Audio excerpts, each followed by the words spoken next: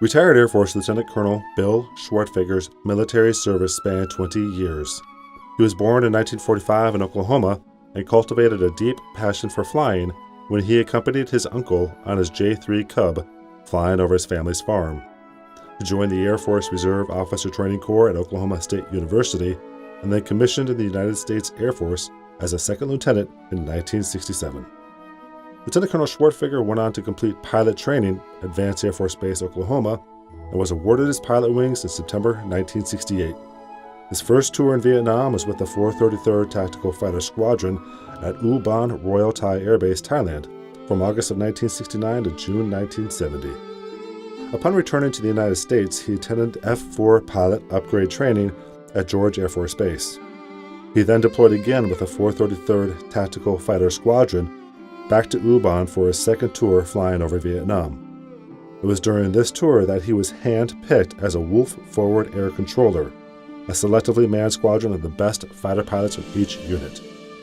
During his 2 tours in Vietnam as an F-4 pilot, he accumulated over 1,000 combat hours, spanning 350.5 combat missions.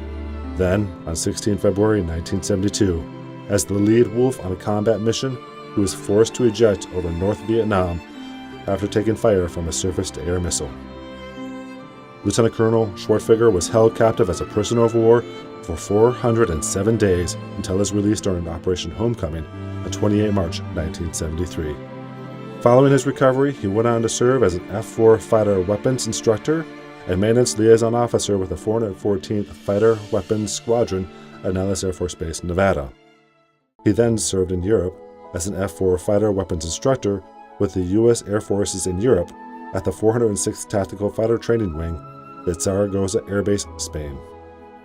Then during the early 1980s, Lieutenant Colonel Schwertfeger transitioned to the F-15 Eagle and was stationed at the 49th Tactical Fighter Wing at Holloman Air Force Base, New Mexico.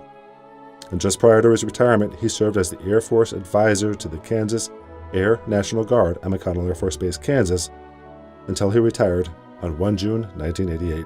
During his Air Force career, he logged over 3,500 flying hours in the F-4 and the F-15. After retiring from the Air Force, Lieutenant Colonel Schwertfeger went on to fly over 10,000 hours with American Airlines. He currently lives in Kansas with his wife Fania, taking care of his collection of Corvettes.